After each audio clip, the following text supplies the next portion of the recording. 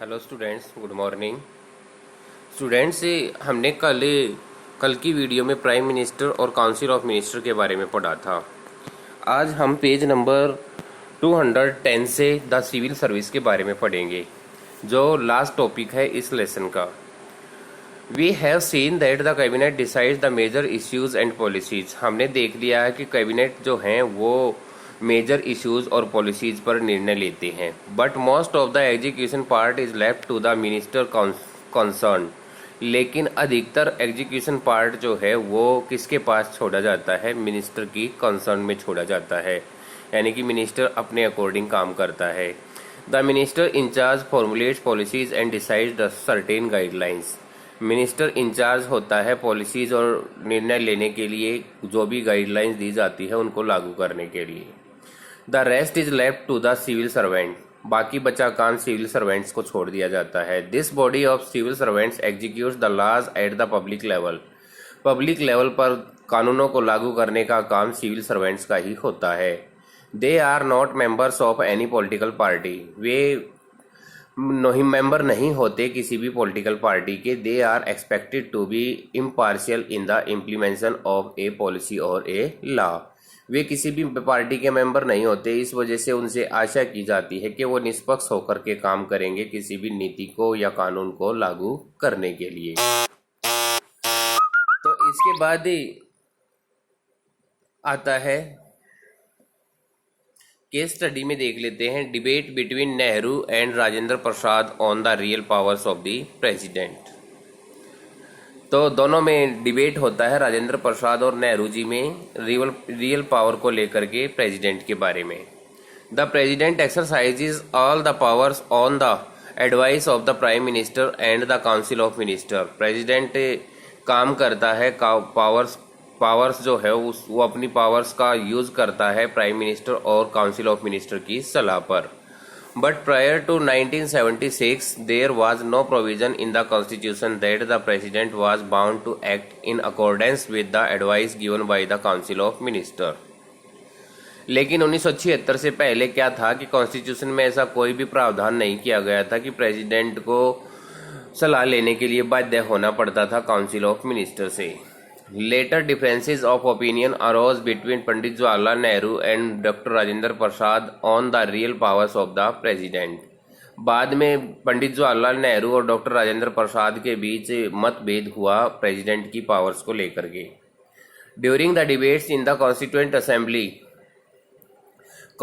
Assembly में जो debate होने के दौरान क्या होता है, doctor Rajendra Prasad said, although there is no specific provision in the constitution itself making it binding on the president to accept the advice of his ministers. कि राष्ट्रपति के पास कोई भी ऐसा बंधन नहीं होता कि उसको किसके लिए, मतलब कि जो ये मिनिस्टर्स हैं उनकी सलाह लेने के लिए बाध्य होना पड़े। ऐसा कोई भी प्रोविजन हमारे कॉन्स्टिट्यूशन में नहीं है। इट इज़ होप दैट, यह आशा की जाती है कि the convention under which in England, जो सम्मेलन इंग्लैंड में हुआ था, या जो भी चलन इंग्लैंड के रीति रिवाज का है, the king always acted on the advice of his ministers. राजा जो है वो अपने मिनिस्टर्स के सलाह के अनुसार काम करता है। Would be established in his country also and that the president would not act so as the result of this very healthy convention will become a constitutional president in all matters.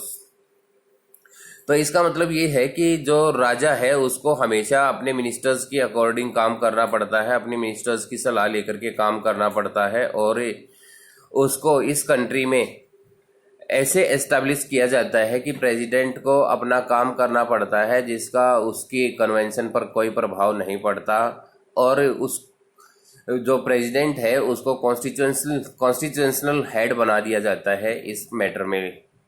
Pandit Jawaharlal Nehru, who was the chairman of the Union Constitution Committee, said in the course of debates that power reality resided in the ministry and in the legislature and not the president. Pandit Jawaharlal Nehru जो है वो क्या करता है, chairman है उस committee का, जहां पर कौन सी कमेटी का, यूनियन कॉन्स्टिट्यूशन कमेटी का, और उन्होंने कहा कि यहाँ पर डिबेट की बात यानी कि वाद विवाद की बात है कि power of really resided in the ministry, जो पावर है वो मिनिस्टरों में होती है, या जो रियल पावर है वो मिनिस्टरों को दे दी गई है, और लेजिस्लेचर कानून बनाने से रिलेटेड नॉट द प्रेसिडेंट, वो प्रेसिडेंट के पास नहीं है। We did not give him any real power but have made his position one of a great authority and dignity।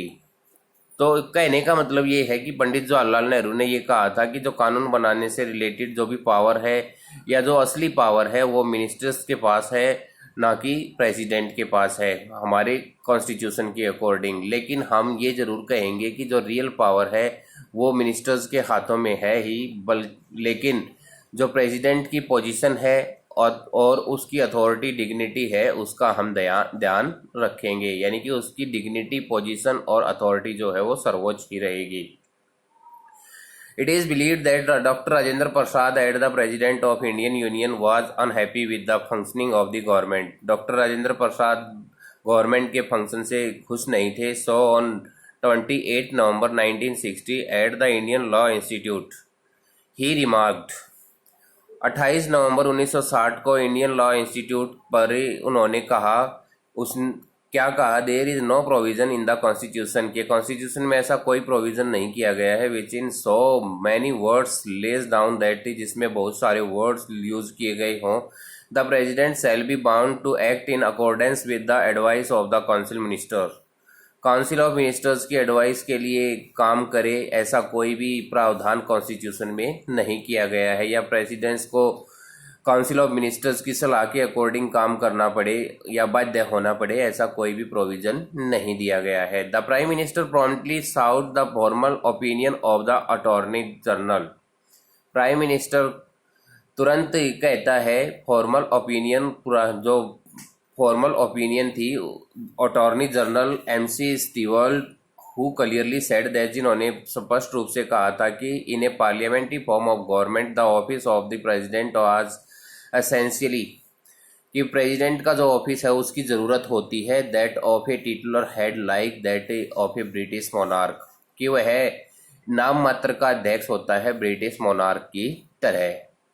Later when the 42nd and 44th Amendment Acts were passed in 1976 and 1978 respectively, बाद में 42वां और 44वां संशोधन पास किया गया 1976 और 78 में।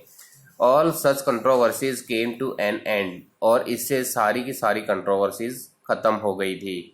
They have the provisions that the advice given by the Council of Ministers is binding on the President of India, और उसमें प्रोविज़न दिया गया था कि काउंसिल ऑफ मिनिस्टर जो है वो प्रेसिडेंट ऑफ इंडिया को सलाह देने का काम करेगा। तो ये लेसन हमारा कंप्लीट होता है। आप इस लेसन को वीडियोस देखने के बाद दोबारा से एक बार फिर अपनी बुक से रिवाइज करेंगे, और अपनी ऑनलाइन क्लास में अगर कोई भी चीज़ समझ नहीं आती तो उससे रिलेटेड कोई भी डाउट है तो आप अपनी ऑनलाइन क्लास में उसको क्लियर करेंगे। Thank you.